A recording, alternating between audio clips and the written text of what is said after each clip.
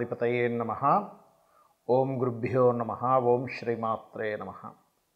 అరుణాం కరుణాతరంగితాక్షీం ధృతపాశాంకుశపుష్పబాణచాపాం అనిమాదిభిరావృతాం మయూకైః అహమిత్యేవ విభావయే భవానీం. శ్రీమాత్రే నమః.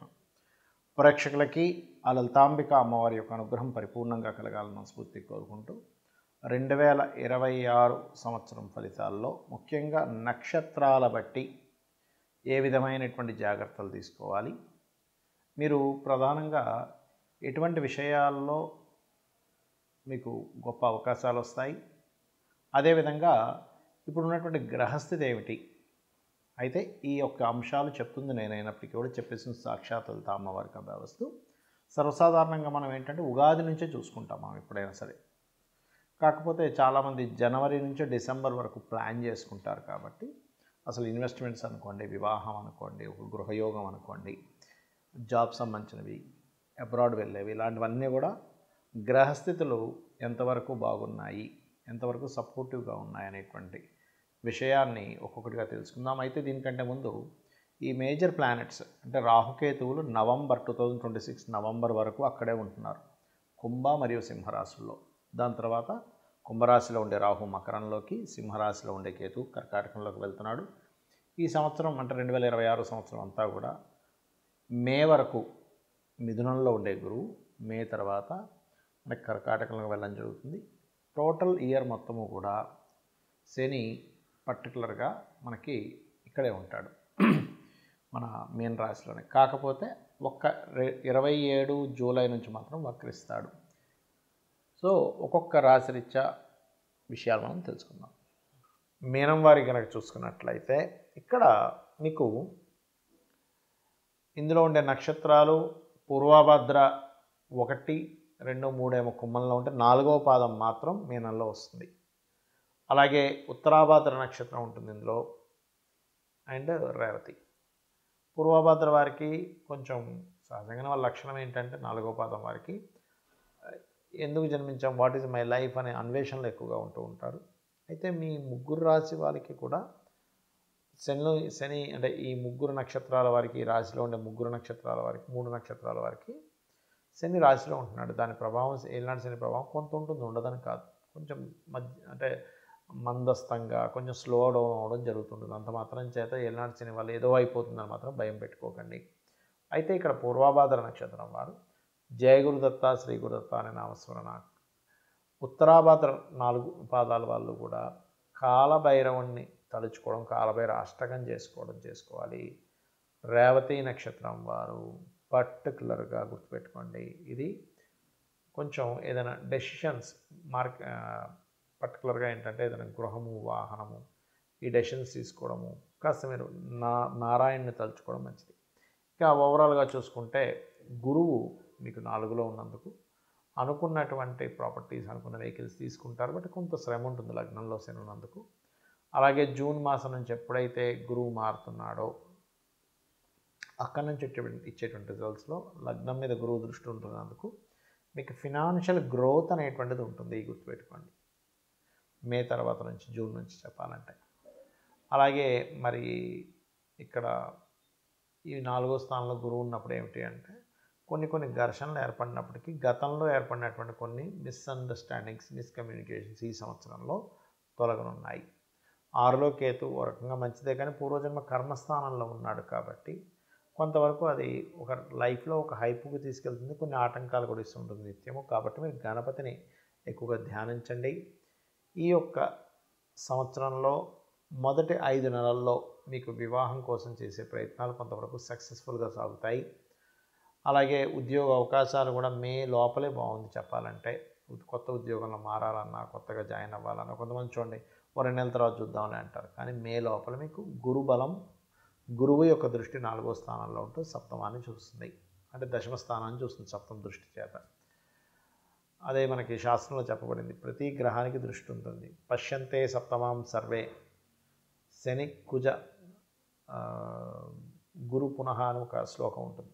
అలా ఏంటంటే ప్రతి గ్రహము తన సప్తమాన్ని చూస్తుంది. కాబట్టి లగ్నాధిపతి 4వ స్థానంలోకి వెళ్ళి సప్తమాన్ని వీక్షిస్తున్నాడంటే దశమాన్ని, అక్కడి నుంచి సప్తమం అంటే దశమ స్థానాన్ని వీక్షిస్తున్నందుకు మొదటి 5 నెలల్లో కూడా కొంత మీకు బాగుంది. కాకపోతే ఏలినాటి శని ప్రభావం రాశిలో ఉన్నందుకు బద్ధకించకండి, ఎక్కువసేపు నిద్రపోకండి. చిన్నపిల్లలు, ముసలి వాళ్ళు, లేకపోతే స్త్రీలకి అది సంబంధం లేదు. వాళ్ళు ఉదయం నిద్రలేచి కొన్ని పనుల వల్ల న్యాప్ వచ్చిన తీసుకోవాల్సి వస్తుంది. అలాగే మరికొంతమందికి నైట్ డ్యూటీస్ చేస్తారు, వాళ్ళకు కూడా సంబంధం లేదు.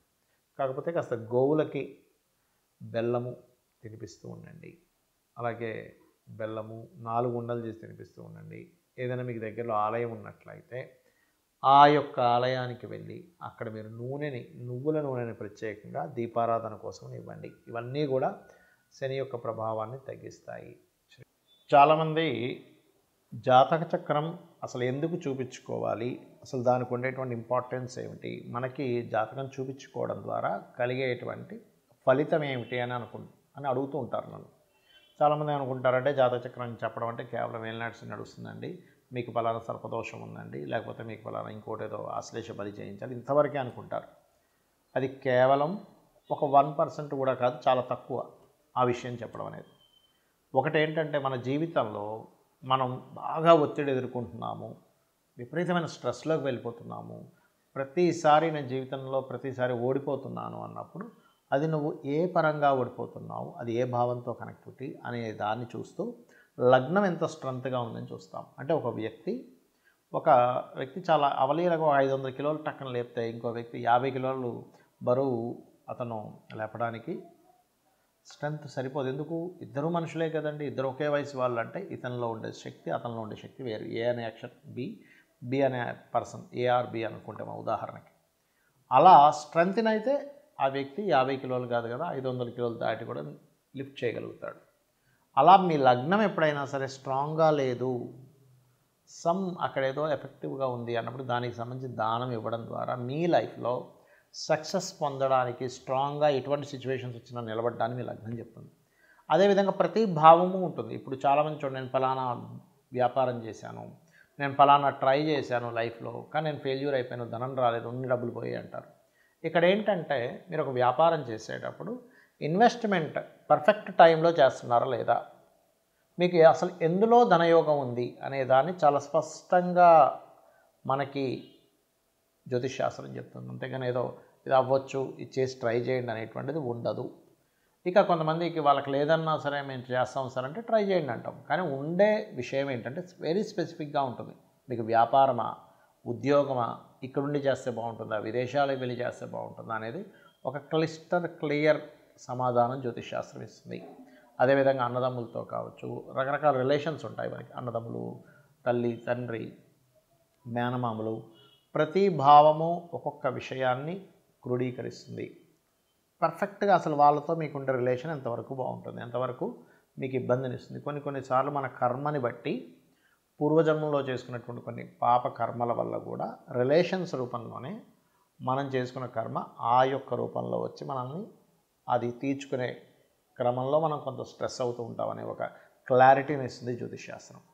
అలాగే మీరు ఏం చదివితే బాగుంటుంది. చాలామంది చూడండి, పిల్లల్ని వాళ్ళకి ఇంట్రెస్ట్ లేకపోయినా నాన్న ఇది చదివితే బాగుంటుందని చదివించి వాళ్ళకి ఇంట్రెస్ట్ లేక వాళ్ళు దాంట్లో మళ్ళీ వాళ్ళకి పెద్దగా కలిసి రాక మళ్ళీ పెద్ద అయిన తర్వాత మనం ఇబ్బంది పడుతూ ఉంటారు తల్లిదండ్రులు. అలా కాకుండా అసలు పిల్లలు హాబీగా చదువుకునేది ఏంటి, ప్రొఫెషనల్గా తీసుకోవాల్సి అంటే ఏం తీసుకుంటే బాగుంటుందని ఒక క్లారిటీ, మీరు ఏ డైరెక్షన్లో నివసిస్తే బాగుంటుంది అంటే ఇంటి యొక్క మెయిన్ డోర్ ఒక్కొక్క వ్యక్తికి ఒక్కొక్క డైరెక్షన్ కలిసి వస్తుంది. All directions is good.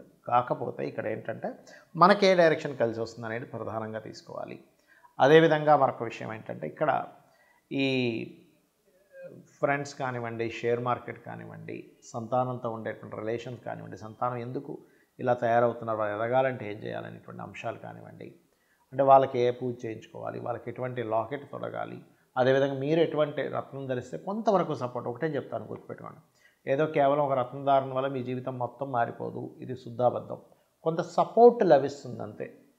మన జీవితంలో మనం చేసే ప్రతి పని కూడా ఒక సపోర్ట్. ఫర్ ఎగ్జాంపుల్ పొద్దున్నే మనం ఏదో ఒక అలవాటు ఉంది, ఫుడ్ తీసుకునేదాన్ని, ఆ ఒక్కటి కొంత సపోర్ట్ చేస్తుంది మీ లైఫ్లో. ఒక యోగా కొంత సపోర్ట్ చేస్తుంది, లేదా ఒక పని కొంత సపోర్ట్ చేస్తుంది. అలాగే ప్రతిదీ కూడా లైఫ్లో కొంత సపోర్ట్ చేసుకుంటూ అన్నీ కలిపి మీ లైఫ్లో ఒక అద్భుతమైన స్టేజ్కి వెళ్ళేలా చేస్తాయి. అదేవిధంగా వివాహ జీవిత భాగస్వామి ఎలా వస్తారు, ఎలాంటి వ్యక్తులతో మీకు వివాహం అవుతుంది, అసలు మీ వివాహ జీవితం ఎలా ఉంటుంది. ఎట్ ద సేమ్ టైం మీ యొక్క జన్మజాతకంలో మీరు వృత్తి వ్యాపార సంబంధించిన విషయంలో ఎప్పుడు అప్ అండ్ డౌన్స్ ఉన్నాయి, ఎప్పుడు ఇన్వెస్ట్మెంట్ చేయొచ్చు, ఎప్పుడు ఇన్వెస్ట్మెంట్స్ చేయకూడదు, ఇలాంటి అనేకమైనటువంటి అంశాలు. అదేవిధంగా మీరు నిత్యము ఏ దేవతారాధన చేస్తే బాగుంటుంది. అలాగే మరొక విషయం ఏంటంటే ఇక్కడ గమనించినట్లయితే మీరు ప్రత్యేకంగా ఒక్కోసారి చూడండి, మనం కార్స్ తీసుకుంటూ ఉంటాం, లేకపోతే కలర్స్ ఇంపార్టెంట్ పని మీద వెళ్ళినప్పుడు కొన్ని కలర్స్ ధరిస్తూ ఉంటాం. అంటే ఇక్కడ ఏంటంటే ఆల్ కలర్స్ ఈజ్ గుడ్, కానీ మీరు ఎప్పుడైతే ఇంపార్టెంట్ అనుకుంటారో, నేను పలానా పెళ్లి చూపులకు వెళ్తున్నాను, లేనట్లయితే పలానా ఆఫీస్లో ఫస్ట్ టైం జాబ్ చేయడానికి వెళ్తున్నాను, ఇట్లా ఉన్నప్పుడు ఒక మేజర్ ఇన్సిడెంట్, మేజర్ టర్న్ ఒకటి ఉంది మీ లైఫ్లో, అప్పుడు మీరు వేసుకోవాల్సిన కలర్ ఏంటి, ఏ డే వెళ్తే బాగుంటుంది, ఏ డేస్ మీకు బాగా కలిసి వస్తాయి. All is good, but A days మీకు బాగా కలిసి వస్తాయి. ప్రతిరోజు మంచి రోజే మన జ్యోతిషాస్త్రరీత్యా.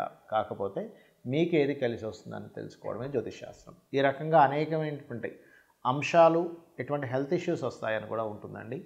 సో ఆ హెల్త్ ఇష్యూస్ మీరు అవాయిడ్ చేయాలంటే ఏం చేయాలి, ఏ దేవత ఆరాధన చేసుకుంటే రుణరోగ శత్రువు నుంచి బయటపడతారు.